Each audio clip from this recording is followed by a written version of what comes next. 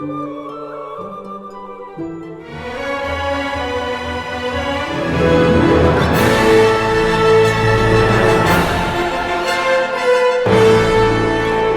know, some things that people really not ready to hear but needs to be heard is that children are a reflection of their parents. Now, when a parent, okay, let me say this. A parent will treat their child as a reflection of how they treat themselves.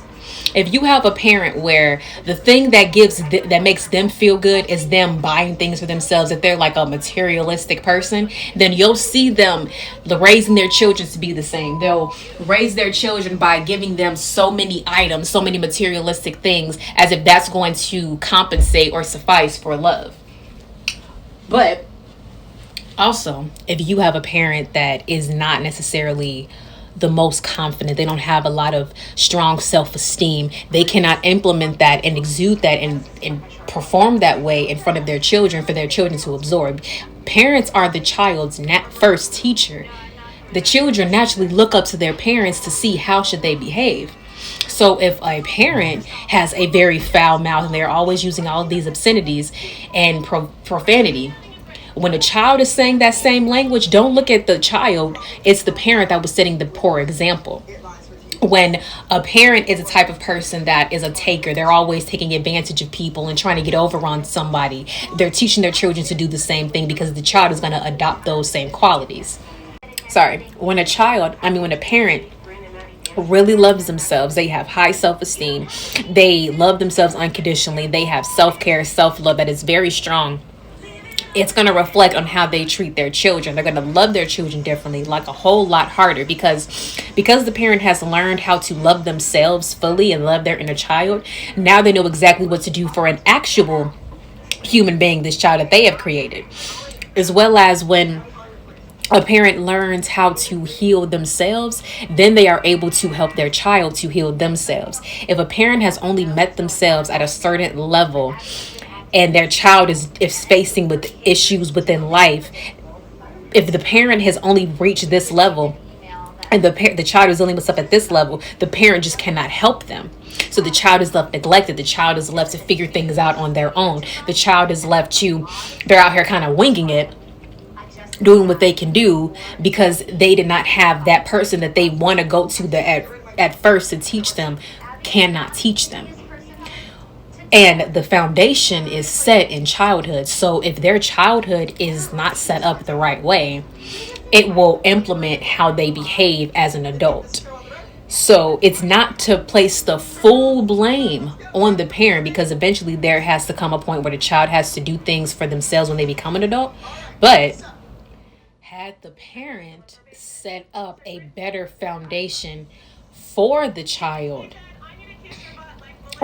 will be able to coexist and live and function in society strongly, more resilient. Because if the parent did not set up that foundation for that child, and if that safety net, that comfort zone is either non-existent or it's not giving them everything that they naturally need, the child is going to shut down. They're going to live in survival mode. They're going to try to do whatever it is that they can to make things happen for themselves, but they're coming from a place of fear. And when people come from a place of fear and worry, they act impulsively. They don't really use much discernment. But when they're coming from a place of love and they're thinking wisely because they've been trained and their subconscious has been programmed to think love and not fear and survival, then at that point, when they do have to go out and fend for themselves, their mind is going to be on what's going to be the best thing for me to love myself, not what's going to be the best thing for me to survive. Because there's a difference. If you got to survive out there in that world, you will settle. You will settle for anything if you have to survive. But when you are in a state of love, in a state of thriving, you think, that's good, but what's going to be the best thing for me? What is the best situation? And you don't put yourself in certain situations because you were taught correctly. So reasons as to why when children become adults and they're delayed they're not as strong as they should be. They're not as wise as you think they are. They're not as at the level of maturity that you think they should be on. It's because something was lacking within their home life. Something was lacking within their situation. Because people naturally can be very sensitive. They can be very very reserved. They can have their own personalities. But if they are raised off of love, even if they feel a certain way, when they go back to that loving environment, it's going to make them feel stronger. It's going to make them feel more empowered, so they would feel more of an acceptance of where they are. But if they're in an environment where it's raised off of, it's not unconditional love, it's conditional. It's all about performance. It's all about flesh. It's all about the ego. It's all about image and how you look. And the internal is not a top priority. They come back to that safety net. They're not going to feel that support. They're not going to feel as much acceptance, which is going to hinder their growing process. The foundation has to be set straight. Say all that to say, what exactly can we do to fix this problem? Well, the first thing to do is that as adults, as parents, we must take the responsibility and the accountability of where we are in our own life. Where are we emotionally, mentally, spiritually? Are we fully emotionally available? We have to ask ourselves these questions. Are we emotionally available for ourselves fully? And if we're not, then we have to accept the fact that because of how deeply we've met ourselves, that's how deeply we have met our children. Because we are emotionally unavailable for ourselves, that is why we were emotionally unavailable for our children. It's easy to say, well, I had a lot of stuff going on. I'm not perfect. I'm not a perfect parent. No one requires you to be a perfect parent. No one in this world is perfect. Not even Yahshua was perfect. Yahshua scratched the surface of perfection, but he still was imperfect.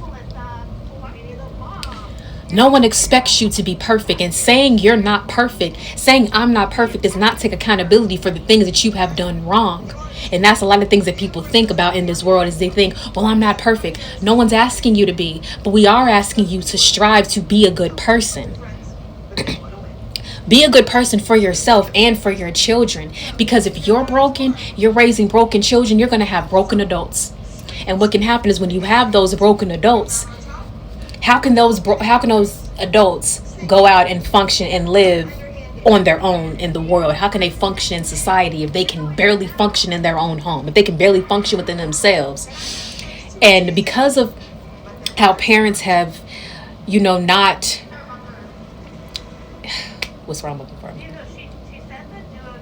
There's a reason as to why a lot of parents today have their young adult children still living with them, is because they created such an unhealthy dynamic, an unhealthy environment for their children, that the child was sitting here trying to survive instead of being able to thrive. They were walking on eggshells. They felt like a prisoner in their own home. They don't even feel at home in their own home. They don't even feel comfortable. And they know that they have to do more things for themselves. But how can they if they're always on the high end? How can they if they're always stressed? How can they if they are feeling like they have to walk on eggshells? How can they if they don't have that full support? How can they if they don't have that empathy? How can they if they don't have that nurture? The parent, they look at, well, I've provided for you.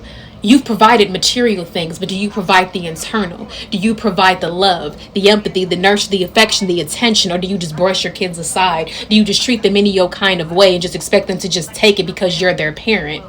You're not raising your children to be good people. You're not raising your children the correct way. You're just shitting all over them.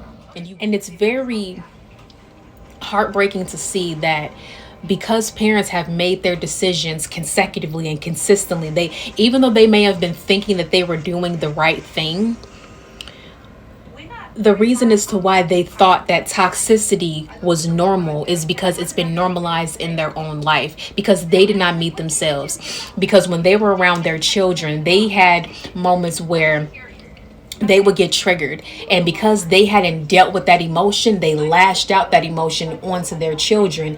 And if they really worked on themselves, then they would look at situations and be like, I wonder how that's going to make them feel. We have parents out here that don't have much empathy. 90% of people are operating by the enemy and they don't even realize it, baby. They don't. And a lot of your parents, chosen ones, was operating with that spirit of the enemy within them. That's why they didn't give you as much love. That's why they didn't give you as much nurture. That's why they talked to you crazy. That's why they did you so wrong. That's why they were so mean and they were so rude to you, trying to take away your voice. Every time my voice goes like that, I know that's the devil trying to get inside my voice. And no, baby. No, we're going to speak this truth because it's exactly what's going on. Those devils was definitely in your parents. You were going through spiritual attacks the entire time while you were in your home.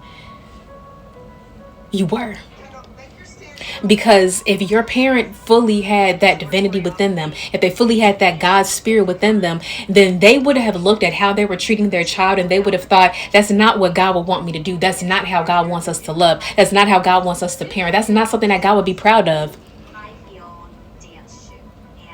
You see, the fear of the Lord is the beginning of wisdom. When you fear the Lord, when you know that the Lord could just take you out if you ain't doing what you're supposed to do, when the Lord could just do whatever and give you whatever you deserve because you're not obeying, you're not being obedient, you're not doing what God has called you to do. God has blessed you with children. God has blessed you with this new level of life called parenthood, and you're abusing it, you're exploiting it.